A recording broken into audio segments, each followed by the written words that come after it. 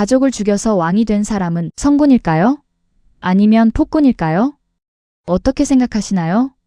조선 역사에서 가장 많은 피를 묻힌 왕이 누구냐고 물으면 대부분 연산군을 떠올리실 겁니다. 아니면 세조를 말씀하시는 분도 계시겠죠. 그런데 한 가지 불편한 사실이 있습니다. 조선 500년 통틀어 가장 넓은 범위의 사람을 죽인 왕은 우리가 성군의 아버지라 부르는 태종 이방원입니다. 정몽주를 죽였습니다. 스승이자 아버지의 평생직이었던 정도전을 죽였습니다. 이복 동생 이방번과 이방석을 죽였습니다. 형 이방간을 쫓아냈습니다. 아버지 태조 이성계와는 아예 전쟁까지 벌였습니다. 처남 4명을 한 명도 남기지 않고 도륙했습니다. 마지막에는 세종의 장인 심원까지 죽였습니다. 그런데 이 사람에 대한 역사의 평가는 어떻습니까? 조선의 기틀을 세운 군주, 세종시대를 만든 진짜 설계자, 드라마에서는 카리스마 넘치는 주인공으로 등장합니다. 자, 그러면 세조를 봅시다. 조카 단종의 왕위를 빼앗았습니다. 김종서와 황보인을 죽였습니다. 친동생 안평대군과 금성대군을 죽였습니다. 사육신을 거열형에 처했습니다. 17살 조카에게 사약을 내렸습니다. 그리고 이 사람에 대한 역사의 평가는 어떻습니까? 찬탈자, 폐륜의 왕. 인터넷에서 가장 많이 달리는 댓글은 지금도 세조는 용서 못해입니다. 이상하지 않습니까? 둘 다 칼을 들었습니다. 둘 다 가족의 피를 묻혔습니다. 둘 다 즉위 후 왕권을 강화하겠다며 육조직계제라는 똑같은 제도를 도입했습니다. 심지어 할아버지와 손자 사이입니다. 피가 섞인 두 사람입니다. 그런데 한쪽은 필요하게 영웅이 되었고 한쪽은 역사의 죄인이 되었습니다. 왜일까요? 정말 태종의 칼질은 깨끗했고 세조의 칼질은 더러웠던 걸까요? 아니면 우리가 역사를 판단하는 기준 자체에 누구도 말하지 않았던 비밀이 숨어 있는 걸까요? 오늘 이 영상에서 600년 동안 아무도 정면으로 꺼내지 않았던 질문 하나를 던져보겠습니다. 역사는 피의 양으로 판단하는가?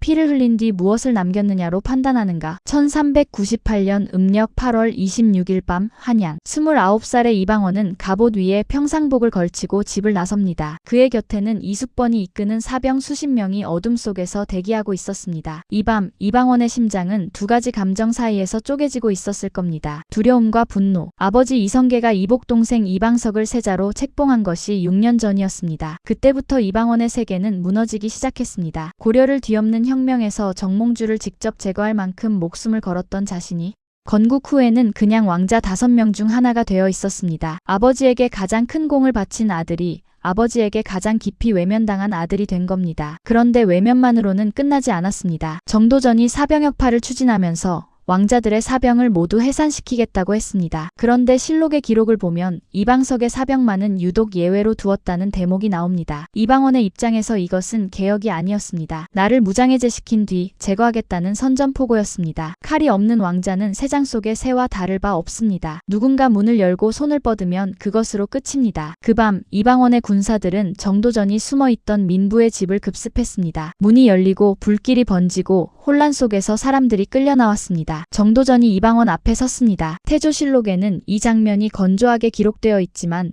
야사와 삼봉집의 부록에는 정도전의 마지막 말이 전해집니다. 예전에 내가 너를 살려주었는데 오늘 나를 이렇게 죽이는 것이냐. 이 한마디가 이방원의 귀에 어떻게 들렸을지 상상해 보십시오. 정도전은 한때 이방원을 위기에서 구해준 적이 있었습니다. 아버지의 가장 가까운 참모이자 조선이라는 나라의 설계도를 그린 사람이었습니다. 그 사람이 지금 자신의 앞에서 죽음을 기다리며 서 있습니다. 이방원은 그 말에 대답했을까요? 실록에는 기록이 없습니다. 다만 확실한 것은 그 밤 정도전과 남은 심효생이 그 자리에서 목숨을 잃었다는 사실입니다. 정도전의 아들들에게도 화가 미쳤습니다. 같은 밤 이복 동생 이방번과 이방석도 살해되었습니다. 이방석은 아직 소년이었습니다. 15 혹은 17, 칼을 들어본 적조차 없는 아이였을 겁니다. 조선 건국 6년 만에 건국의 주역들이 건국자의 아들 손에 쓰러진 겁니다. 여기서 한 가지 짚고 넘어가야 할 것이 있습니다. 이방원은 이 밤 이후 평생 두 가지 감정을 안고 살았습니다. 하나는 자신이 옳았다는 확신, 또 하나는 아버지의 눈빛에서 읽은 절망. 태조 이성계는 왕자의 난 소식을 듣고 이렇게 말했다고 전해집니다. 썩 물러가라. 동생을 죽인 못된 놈 같으니라고. 다시는 내 눈앞에 나타나지 말거라. 아버지가 아들에게 던질 수 있는 가장 무거운 말이었습니다. 이방원은 나라를 지키기 위해 칼을 들었지만 그 칼이 아버지의 마음까지 잘라버렸습니다. 55년의 시간을 건너뜁시다. 1453년 음력 10월 10일 밤 같은 도시 한양 36살의 수양대군이 집을 나섭니다. 그의 손에는 철퇴가 들려 있었습니다. 왕자가 철퇴를 들고 밤거리를 걷는다는 것 자체가 비정상적인 장면입니다. 이 남자는 대체 어떤 심정이었을까요? 수양대군의 목적지는 영의정 김종서의 집이었습니다. 김종서는 세종이 직접 단종의 보필을 맡긴 고명 대신이었습니다. 70살의 노재상, 육진을 개척하고 여진족과 맞서 싸운 무장 출신의 문관, 조선 조정에서 가장 무서운 사람이었습니다. 수양대군은 이 사람의 집 문을 두드렸습니다. 명목은 안건을 의논하러 왔다는 것이었습니다. 밤에 철퇴를 숨기고 안건을 의논하러 왔다. 김종서가 문을 열었습니다. 70살 노인이 밤손님을 맞이하는 평범한 장면이었을 겁니다. 그 순간 수양대군의 휘하 이문이 김종서의 머리 위로 철퇴를 내리쳤습니다. 그 소리를 상상해 보십시오. 쇠가 사람의 두개골과 부딪히는 둔탁한 소리, 70살 노재상이 마당에 쓰러지는 소리, 김종서의 아들이 달려나왔다가 함께 쓰러지는 소리, 이 모든 것이 한양의 밤 한가운데에서 벌어졌습니다. 수양대군은 그 현장을 직접 지켜보았습니다. 그리고 곧장궁으로 향했습니다. 12살의 단종 앞에 무릎을 꿇고 말했습니다. 역적을 토벌했나이다. 단종은 아무것도 할 수 없었습니다. 12살 아이가 할 수 있는 것이 무엇이었겠습니까? 그날 밤 영의정 황보인까지 살해되었고 안평대군은 강화도로 끌려갔습니다. 이 두 장면을 나란히 놓으면 소름이 돋을 만큼 닮았습니다. 밤이라는 시간, 급습이라는 방법, 현직 재상을 먼저 제거한다는 전략, 그리고 왕을 위해서 한 일이라는 동일한 명분, 심지어 둘 다 자신이 직접 현장에 있었습니다. 이방원은 정도전이 끌려 나오는 집 앞에, 수양대군은 김종서의 집문 앞에 피를 묻히는 순간 두 사람 모두 대리인 뒤에 숨지 않았습니다. 55년의 시차를 두고 같은 도시의 같은 어둠 속에서 같은 소리가 울렸습니다. 그런데 여기서 첫 번째 갈림길이 나타납니다. 겉모습은 똑같았지만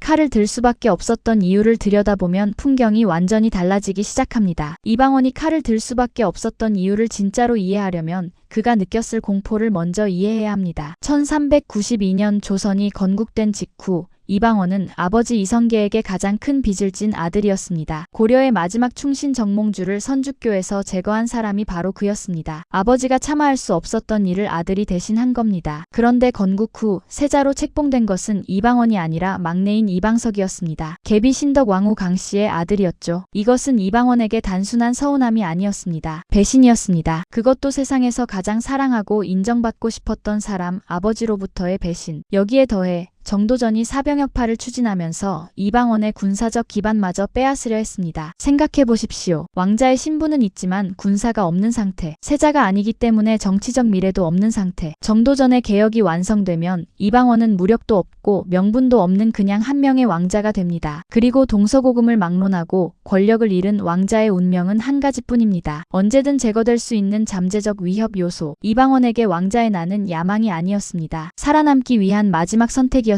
칼을 들지 않으면 내가 죽는 상황. 이방원은 선택할 수 있는 것이 아니라 선택당한 것이었습니다. 반면 수양대군의 상황은 전혀 달랐습니다. 아버지 세종은 수양대군의 능력을 인정했습니다. 불경 번역과 국정 실무를 맡겼습니다. 하지만 왕위 계승에서 수양의 자리는 없었습니다. 형 문종이 있었고 문종의 아들 단종이 있었습니다. 세종이 죽고 문종이 재위 2년 만에 병사하고 12살 단종이 즉위했을 때 수양대군의 앞에는 두 가지 길이 있었습니다. 아버지가 남긴 시스템을 존중하며 조카를 보필하는 길, 아니면 그 시스템을 뒤엎고 자신이 왕이 되는 길. 여기서 결정적인 차이가 드러납니다. 단종은 조선 역사상 가장 완벽한 정통성을 가진 군주였습니다. 원손에서 세손, 세자, 왕으로 이어지는 정석적인 절차를 흠결 없이 밟은 적통 중의 적통이었습니다. 김종서와 황보인이 수양대군을 제거하려 했다는 기록은 세조 즉위 후 편찬된 단종실록에만 등장하는데 이 기록은 승자가 쓴 것이라는 한계가 분명합니다. 당시 사관조차 왕은 손 하나 움직일 수 없는 존재로 전락했고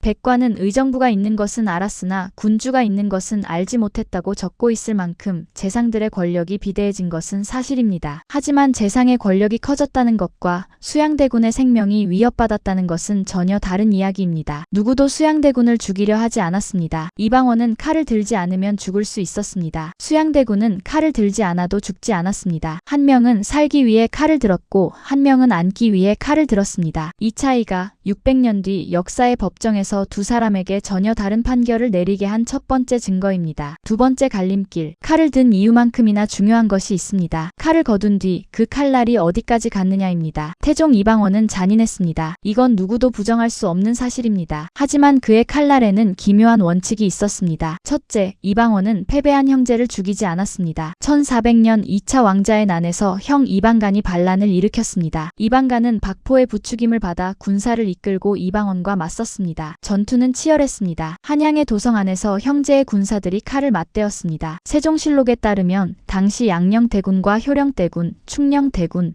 이 세 형제는 4살에서 7살의 어린아이였습니다. 아버지가 삼촌과 전쟁을 벌이는 동안 이 아이들은 어딘가에서 칼부딪히는 소리와 비명을 듣고 있었을 겁니다. 전투는 이방원의 승리로 끝났습니다. 패배한 이방간은 붙잡혔습니다. 여기서 이방원은 의외의 선택을 합니다. 형을 죽이지 않았습니다. 황해도 토산으로 유배를 보냈을 뿐입니다. 실록의 기록에 따르면 이방간은 유배지에서 무려 30년을 더 살다가 세종 3년에 자연사했습니다. 태종은 자신의 왕좌를 위협한 형의 목숨만큼은 끝까지 지켰습니다. 형 이방과 즉 정종에게는 더 놀라운 대우를 했습니다. 이방원은 정종을 압박해 왕위를 넘겨받았지만 형에게 상황의 지위를 보장하고 평온한 말년을 허락했습니다. 정종은 조선 역대 왕 중 가장 오래 산 왕으로 63세에 자연사했습니다. 태종 이방원은 형을 왕좌에서 끌어내렸지만 형의 삶까지 빼앗지는 않았습니다. 둘째, 태종의 숙청은 방향이 정해져 있었습니다. 천안 민무구와 민무질 형제를 봅시다. 이들은 원경왕후 민씨의 오빠들이었습니다. 왕비의 친오빠들입니다. 1차 왕자의 난과 2차 왕자의 난에서 이방원을 도왔던 사람들입니다. 그런데 태종은 이들의 권세가 커지자 가차없이 숙청합니다. 민무구에게 자결을 명했고 민무질도 뒤따라 죽었습니다. 나중에는 민무회와 민무홀까지 유배 후 자결시켰습니다. 처남 4명을 한 명도 남기지 않은 겁니다. 원경왕후 민씨의 심정을 잠깐 생각해 보십시오. 자신의 친오빠 4명이 남편의 손에 차례로 죽어가는 것을 지켜봐야 했습니다. 실록에 따르면 원경왕후는 태종에게 거세게 항의했고 두 사람의 관계는 급격히 냉각되었습니다. 원경왕후는 태종 재위 기간 내내 남편에 의해 사실상 정치적으로 고립되어 있었습니다. 남편이 자신의 가문을 멸문시키는 것을 막을 수 없었던 한 여성의 비극이 거기 있었습니다. 그러면 태종은 왜 이렇게까지 했을까요? 단순한 잔인함이 아니었습니다. 태종의 논리는 무서울 정도로 일관적이었습니다. 왕권을 위협할 수 있는 모든 세력은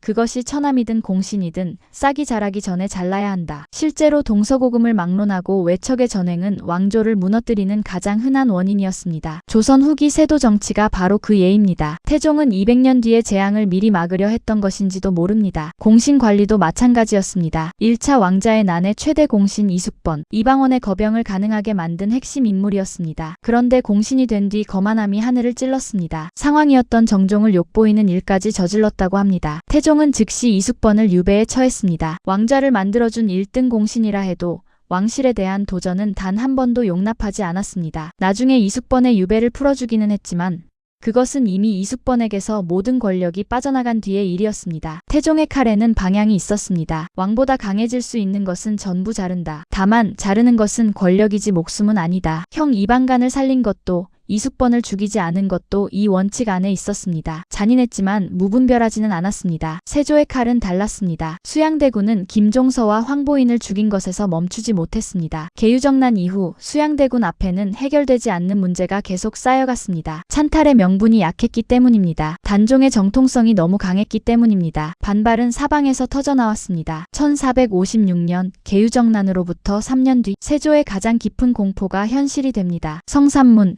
백년, 이계, 하위지, 유성원, 유응부 이 6명의 학자가 단종 복위를 모의합니다. 이들은 세종이 직접 키운 집현전 출신의 엘리트들이었습니다. 아버지 세종이 가장 아끼던 학자들이 아들인 자신을 제거하려 한 겁니다. 세조에게 이것은 단순한 반란이 아니었습니다. 아버지의 유산이 자신을 부정하는 순간이었습니다. 거사 계획은 이러했습니다. 세조가 상왕 단종과 함께 창덕궁에서 명나라 사신을 접대하는 자리에 성삼문의 아버지 성승과 유응부가 벼룬검, 즉 호위 검객으로 들어갑니다. 연회 중에 세조를 베고 단종을 복위시키는 것이었습니다. 그런데 한명회가 장소가 좁으니 호위를 들이지 말자고 청해 거사가 연기되었고 불안에 떨던 김질이 장인 정창손에게 모든 것을 실토하면서 계획은 무너졌습니다. 세조가 이 소식을 들었을 때 무엇을 느꼈을까요? 공포였을 겁니다. 그리고 그 공포는 분노로 바뀌었을 겁니다. 성산문이 국문장에 끌려왔습니다. 세조가 직접 신문했다고 전해집니다. 성산문은 세조의 면전에서 이렇게 말했습니다. 그는 세조를 왕이 아닌 이름으로 불렀습니다. 나으리라고. 왕으로 인정하지 않겠다는 최후의 저항이었습니다. 세조의 얼굴이 어떻게 일그러졌을지 상상해 보십시오. 왕의 자리에 앉아 있지만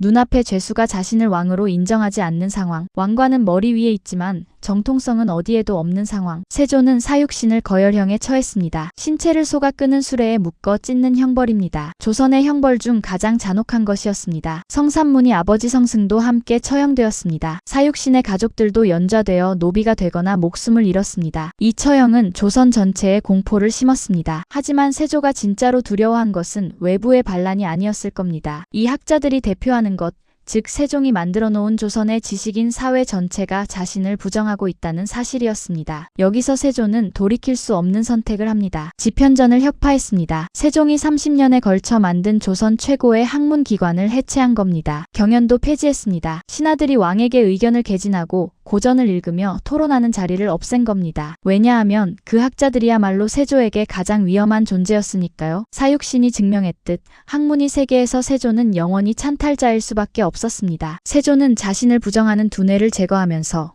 조선이 축적해온 학문의 인프라까지 함께 부쉈습니다. 그리고 칼날은 가족에게로 향합니다. 친동생 안평대군, 세종의 셋째 아들이자 모뮤도원도를 그리게 한 예술가였습니다. 안평대군은 계유정난 당시 김종서 편에 섰다는 혐의를 받았습니다. 수양대군은 동생을 강화도로 유배 보낸 뒤 사약을 내렸습니다. 같은 어머니 소원왕후에게서 태어난 동복동생이었습니다. 어릴 때 같은 방에서 자고 같은 밥을 먹고 같은 아버지의 무릎 위에 앉았던 형제였습니다. 태종 이방원도 형제와 싸웠습니다. 하지만 이방간을 죽이지는 않았습니다. 유배를 보내고 30년을 더 살게 했습니다. 세조는 달랐습니다. 안평대군을 죽였고 나중에는 또 다른 동복동생 금성대군도 보기 모의에 가담했다는 이유로 사약을 내렸습니다. 금성대군이 거병을 도모했다는 수능부는 아예 고을 자체가 공중 분해되었습니다. 그 일대에는 피끝마을이라는 지명이 생겨났다고 합니다. 피가 개울을 따라 흘러서 마을 끝까지 닿았다는 뜻입니다. 마지막으로 조카 단종. 1457년 세조는 단종을 노산군으로 강등하여 영월로 유배를 보냈습니다. 17살이었습니다. 세조실록에는 노산군이 장인 송현수와 숙부 금성대군의 죽음을 듣자 슬퍼하여 스스로 목숨을 끊었다고 기록되어 있습니다. 하지만 후대 숙종실록에는 금부도사 왕방현이 사약을 가져갔다는 기록이 등장합니다. 야사에는 단종의 시종이 뒤에서 밧줄로 목을 졸랐다는 이야기도 전해집니다. 세조가 직접 조카의 죽음을 명령한 것입니다. 17살 소년이 영월의 산골에서 삼촌이 보낸 사약을 받아든 겁니다. 태종은 형을 살렸습니다. 세조는 조카를 죽였습니다. 이 차이를 단순한 잔인함의 정도로만 볼 수도 있지만 저는 좀 다르게 봅니다. 태종은 자신의 권력이 충분히 강했기 때문에 형을 살려두어도 위험하지 않았습니다. 세조는 자신의 정통성이 너무 약했기 때문에 조카를 살려두면 자신의 왕좌가 흔들릴 수밖에 없었습니다. 칼의 범위는 칼을 든 사람의 잔인함이 아니라 그 사람이 가진 권력의 자신감에 비례했습니다. 자, 여기서 세 번째 갈림길로 넘어갑니다. 많은 분들이 간과하시는 부분인데요.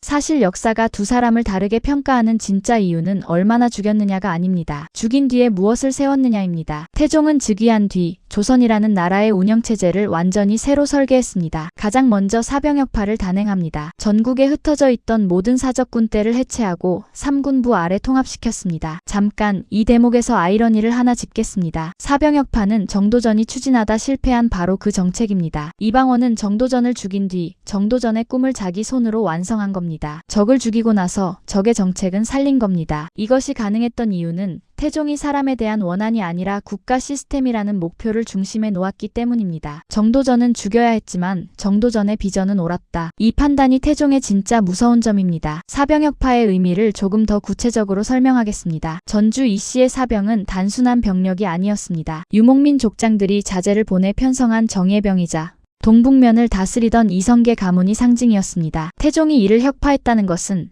아버지가 일생을 바쳐 구축한 군사적 유산마저 포기한 것입니다. 자신의 뿌리를 잘라내는 행위였습니다. 그 고통을 감수하고서라도 왕 이외의 군사력의 핵이 존재해서는 안 된다는 원칙을 세운 겁니다. 호패법을 도입해 전국의 인구를 파악했고 1414년에는 육조직계제를 시행해서 육조의 장관이 의정부를 거치지 않고 왕에게 직접 보고하게 만들었습니다. 이 제도의 핵심은 단순한 왕권 강화가 아니었습니다. 재상이 아닌 왕이 직접 실무를 장악함으로써 누가 왕이 되든 국가가 돌아가는 시스템을 만든 것입니다. 그리고 결정적인 장면, 태종은 이 모든 시스템이 완성되자 살아있는 채로 왕위를 세종에게 넘겼습니다. 1418년 양녕대군을 폐세자하고 충녕대군을 세자로 책봉한 뒤 불과 2달 만에 선위합니다. 하지만 바로 손을 놓지 않았습니다. 4년간 상황으로서 군사권을 쥐고 세종이 독립적으로 통치할 수 있을 때까지 곁에서 지켜봤습니다. 세종의 장인 시몬을 숙청한 것도 이 시기입니다. 세종의 즉위 20일 만의 일이었습니다. 22살의 세종은 자신의 장인이 체포되고 석 달 만에 처형되는 것을 지켜봐야 했습니다. 잔인한 결정이었지만 태종의 논리는 변함없었습니다. 외척이 바로 하면 왕이 위험해진다. 내가 살아있는 동안 다 정리해야 한다. 태종은 세종을 위해 더러운 일을 대신했다고 많이들 이야기합니다. 맞는 말입니다. 그런데 더 정확하게 말하면 태종은 세종이라는 특정 인물을 위해서가 아니라 세종 이후 어떤 왕이 앉아도 흔들리지 않을 국가 시스템을 남긴 것입니다. 그래서 세종시대의 황금기가 가능했고 문종의 짧은 치세에서도 나라가 돌아갔습니다. 이제 세조를 보겠습니다. 세조도 육조직계제를 부활시켰습니다. 태종과 같은 제도입니다. 그런데 같은 제도가 완전히 다르게 작동했습니다. 태종은 이 제도로 누구든 왕이 할 수 있는 시스템을 만들었고 세조는 이 제도로 남한왕을 할 수 있는 상황을 유지했습니다. 세조는 이미 집현전을 혁파하고 경연을 폐지한 상태였습니다. 학자들의 목소리를 제거한 겁니다. 그 자리를 무엇으로 채웠느냐? 공신들로 채웠습니다. 계유정난의 정난공신 43명, 왕위 찬탈 후에 좌익공신 44명, 합계 87명에 달하는 공신을 책봉했습니다. 이 숫자가 얼마나 비정상적인지 비교해봅시다. 태종의 정한공신은 약 10명이었습니다. 87대 10, 세조가 얼마나 많은 사람에게 빚을 져야 했는지를 보여주는 숫자입니다. 공신에게는 막대한 토지가 지급되었습니다. 정난공신 1등에게 200결, 2등에게 150결, 3등에게 100결, 좌익공신에게도 비슷한 규모의 토지가 돌아갔습니다. 한 명의 혼자 받은 별사전이 170결이었습니다. 신숙주 90결, 정인지 50여 결. 이 토지들은 원래 국가가 관리해야 할 재원이었습니다. 국방비도 관리의 급여도 여기서 나와야 했습니다. 그 재원이 공신의 개인 금고로 흘러 들어간 겁니다. 태종은 공신의 주인이었습니다. 이숙번을 유배 보내고 다른 공신들은 명예직을 주며 은퇴시켰습니다. 자신의 왕좌를 만들어준 사람이라도 왕보다 커지면 잘났습니다. 세조는 달랐습니다. 세조는 공신의 인질이었습니다. 세조의 왕위는 공신들이 떠받치고 있었기 때문에 공신을 자르면 자기 발밑이 무너지는 구조였습니다. 홍윤성이라는 인물이 있습니다. 계유정난의 공신인데 이 사람의 횡포와 부정부패는 당대에도 악명이 높았습니다. 그런데 세조는 이를 묵인했습니다. 처벌할 수가 없었습니다. 홍윤성을 자르면 다른 공신들이 불안해지고 공신들이 이탈하면 세조의 왕좌가 무너집니다. 태종의 공신관리가 가지치기였다면 세조의 공신관리는 기생관계였습니다. 왕이 공신을 키운 것이 아니라 공신이 왕을 먹여 살린 구조. 이 구조가 고착화되면서 신숙주, 한명회, 구치관, 홍윤성 등은 세조시대부터 성종시대까지 장장 30년 가까이 권력의 핵심을 독점합니다. 조선 역사에서 유례없는 일이었습니다. 결정적인 것은 세조가 죽은 뒤에 벌어진 일입니다. 세조는 말년에 원상제라는 제도를 만듭니다. 자신이 지명한 중신들이 세자와 함께 국정을 운영하게 하는 것입니다. 겉보기에는 후계자를 보필하기 위한 장치였지만 실상은 세조가 평생 자르지 못했던 공신들이 합법적으로 국정을 장악하는 통로가 된 겁니다. 원상제는 예종과 성종대를 거치며 무려 10년간 지속되었습니다. 공신 집단은 훈구파라는 거대한 기득권 세력으로 성장했고 이들의 토지 독점과 부정부패는 조선 중기 정치의 가장 큰 병폐가 됩니다. 아이러니하게도 태종이 가장 경계했던 것이 바로 이런 상황이었습니다. 외척의 전횡, 공신의 비대화. 태종이 처남을 죽이고 공신을 유배 보내면서까지 막으려 했던 바로 그 악몽을 손자 세조가 현실로 만들어버린 겁니다. 회사에 비유하면 이렇습니다. 태종은 창업자의 아들이 경영권 분쟁을 벌여 승리한 뒤 이사회를 재편하고 감사체계를 강화하고 후임 CEO를 직접 육성하며 은퇴한 경우입니다. 세조는 경영권을 강탈한 뒤 감사부서를 없애고 내부 고발자를 전원 해고하고 자기 편만 임원으로 채운 경우입니다. 전자의 회사는 100년 기업이 되었고 후자의 회사는 3대 만의 경영위기를 맞았습니다. 실제로 그렇게 되었습니다. 잠깐 한 발짝 물러나서 두 사람의 인간적인 면을 보겠습니다. 아까부터 제도와 정치 이야기만 했는데 이 두 사람도 밤에 잠이 오지 않을 때가 있었을 겁니다. 그 순간 이들의 머릿속에는 무엇이 떠올랐을까요? 태종 이방원에게 아버지 이성계는 세상에서 가장 인정받고 싶은 사람이었습니다. 이방원은 태조의 다섯째 아들이었지만 형제들 중 유일하게 문과에 급제한 수재였습니다. 아버지 이성계가 무인이었기에 문과 급제한 아들이 얼마나 자랑스러웠겠습니까? 하지만 건국 이후 세자 자리는 막내에게 돌아갔습니다. 아버지가 가장 아끼는 계비 강씨의 아들에게 이방원이 느낀 것은 분노보다 슬픔이었을 겁니다. 내가 이만큼 했는데 아버지에게 나는 이 정도밖에 안 되는 아들이구나. 왕자에 난 이후 아버지와의 관계는 완전히 끊어졌습니다. 태조는 함흥으로 떠나버렸습니다. 이방원이 사신을 보내면 사신은 돌아오지 못했습니다. 어떤 사신은 태조가 직접 화살을 쏘아 쫓아냈다고도 합니다. 이것이 바로 함흥차사라는 말의 유래입니다. 한 번 가면 돌아오지 못하는 사신. 이방원은 조선의 왕이었지만 아버지에게는 동생을 죽인 못된 놈이었습니다. 그런데 이방원은 포기하지 않았습니다. 몇 년에 걸쳐 계속 사람을 보냈고 결국 태조를 한양으로 모셔옵니다. 실록에 따르면 태조와 태종이 마주 앉아 술을 마시는 장면이 기록되어 있습니다. 얼마나 오랜만에 마주 앉은 부자였을까요? 그 술자리에서 태조가 이방원을 용서했는지는 알 수 없습니다. 다만 태조는 1408년에 승하하기 전까지 한양에서 살았습니다. 적어도 같은 하늘 아래 있는 것은 허락한 겁니다. 저는 이방원이 아버지에게 인정받지 못한 상처를 증명의 방향으로 돌렸다고 봅니다. 내가 아버지보다 더 나은 조선을 만들어서 보여주겠다. 사병역파도, 호패법도, 육조직계제도, 세종에게의 선의도 모두 이 문장의 연장선에 있었던 것 아닐까요? 아버지가 만든 조선을 아버지보다 더 단단하게 만들어서 내가 이 자리에 있을 자격이 있었다는 것을 증명하려 했던 것 아닐까요? 세조에게 아버지 세종은 다른 의미의 상처였습니다. 세종은 수양대군의 능력을 인정했습니다. 불경 번역과 향학 악보 정리 같은 문화 사업을 맡겼습니다. 무예에도 뛰어났고 지적 능력도 형 문종에 뒤지지 않았습니다. 그런데 세종은 단 한 번도 수양에게 정치적 역할을 부여하지 않았습니다. 불경 번역이라는 것은 중요하지만 결국 왕의 본업은 아닙니다. 세종이 수양대군에게 준 것은 인정이 아니라 적당한 거리였습니다. 그리고 세종이 죽을 때 어린 단종의 보필을 맡긴 것은 수양대군이 아니라 김종서와 황보인이었습니다. 아들이 아닌 신하에게 손자를 맡긴 겁니다. 이것은 세종의 현명한 판단이었을 수 있습니다. 능력 있는 왕자에게 군사와 정치를 맡기면 언젠가 왕위를 넘볼 수 있으니까요. 하지만 수양대군의 입장에서 이것은 아버지가 끝까지 나를 믿지 않았다는 메시지로 읽혔을 겁니다. 너는 유능하지만 위험하다. 그래서 너에게는 맡기지 않겠다. 수양대군은 이 상처를 파괴의 방향으로 돌렸습니다. 아버지가 만들어 놓은 시스템 자체를 뒤엎어서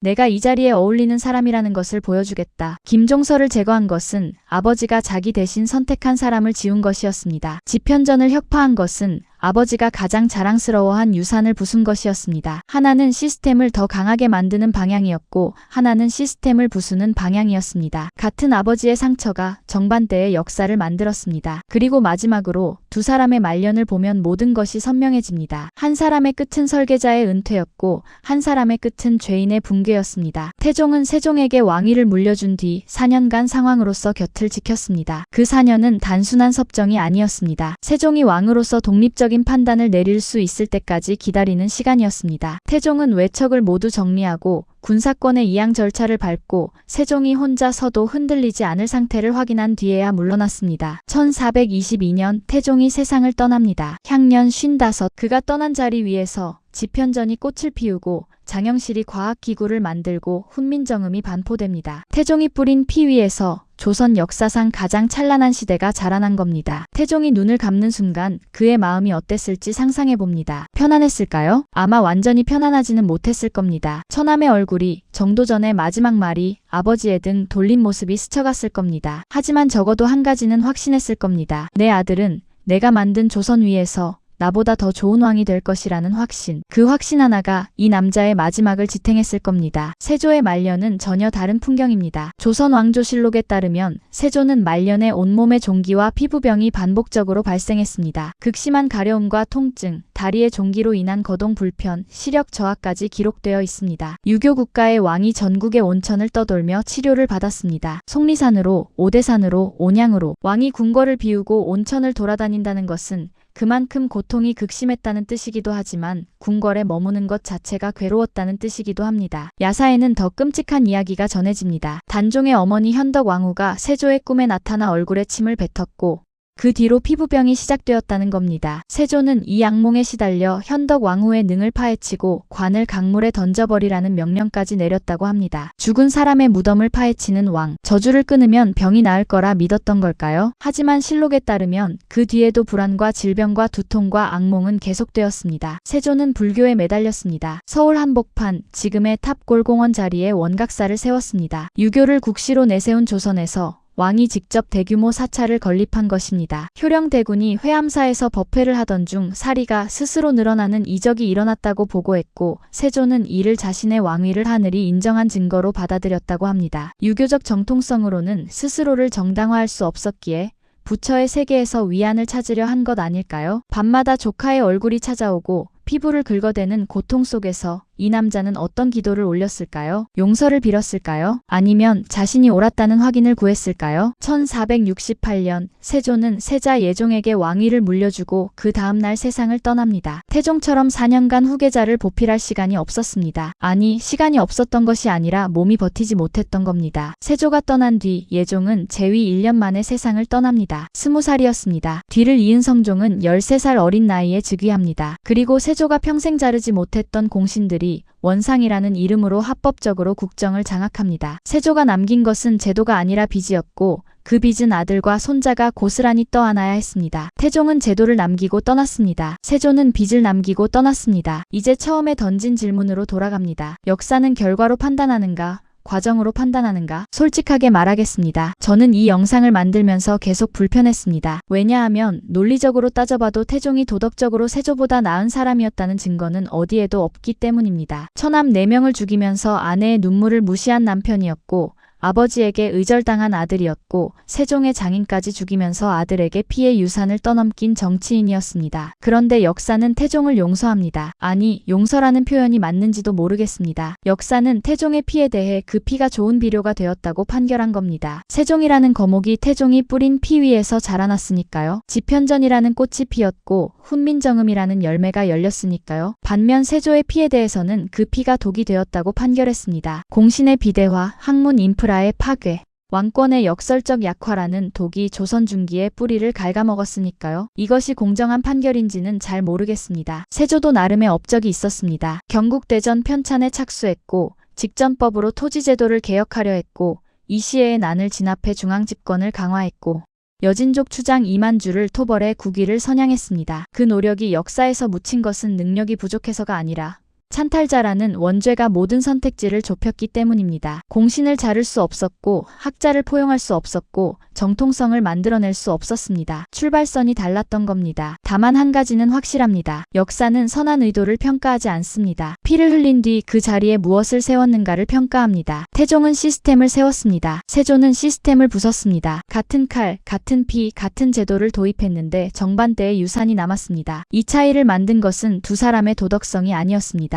두 사람이 서 있던 출발선의 차이, 즉 정통성이라는 자산의 유무였습니다. 정통성이 있었던 태종은 공신을 자를 수 있었고 제도를 세울 수 있었고 후계자를 키울 여유가 있었습니다. 정통성이 없었던 세조는 공신에게 기댈 수밖에 없었고 반대 세력의 학문기관을 부수어야 했고 권력의 빚더미 위에서 족이 사망했습니다. 이 이야기가 600년 전의 이야기로만 끝나면 안 된다고 생각합니다. 태종과 세조의 차이는 결국 어떤 조직이든 어떤 관계이든 적용되는 보편적인 진실을 말해줍니다. 모든 리더는 때로 어려운 결정을 내려야 합니다. 누군가와의 관계를 정리하거나 방향을 바꾸거나 불편한 선택을 해야 할 때가 있습니다. 그런데 그 결정이 생존을 위한 것인가, 욕심을 위한 것인가에 따라 주변 사람들의 판단은 전혀 달라집니다. 어려운 결정 뒤에 무엇을 세우느냐가 결정 자체보다 더 중요합니다. 구조조정 이후 더 나은 조직을 만든 사람은 존경받고 구조조정 이후 자기 사람만 채운 사람은 결국 그 사람들의 인질이 됩니다. 정당성 없이 얻은 것일수록 그것을 유지하기 위한 비용은 눈덩이처럼 불어납니다. 빚으로 세운 왕좌는 결국 빚이 왕좌를 집어삼킵니다. 지금 이 영상을 보고 계신 분들 중에도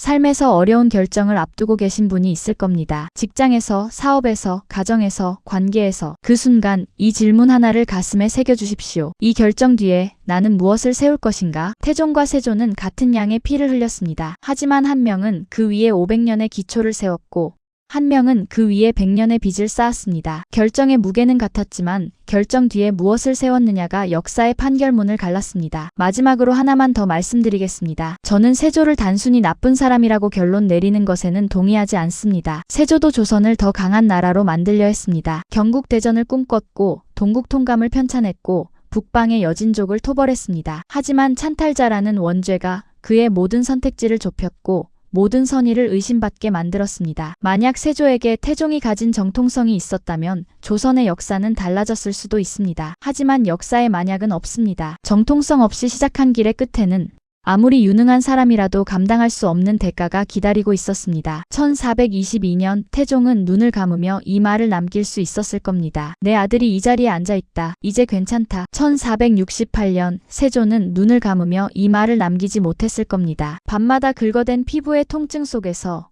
죽인 조카의 얼굴이 천장에 어른거리는 방 안에서 이 남자의 마지막 밤은 얼마나 길었을까요? 같은 피, 다른 유산. 여러분은 어떻게 생각하십니까? 역사는 피를 용서하지 않습니다. 다만 피 위에 세운 것이 얼마나 오래 남느냐를 기록할 뿐입니다. 오늘 영상 여기서 마무리하겠습니다. 이 영상이 여러분의 삶에서 어려운 결정을 마주할 때 작은 나침반이 되기를 바랍니다. 구독과 좋아요 부탁드립니다.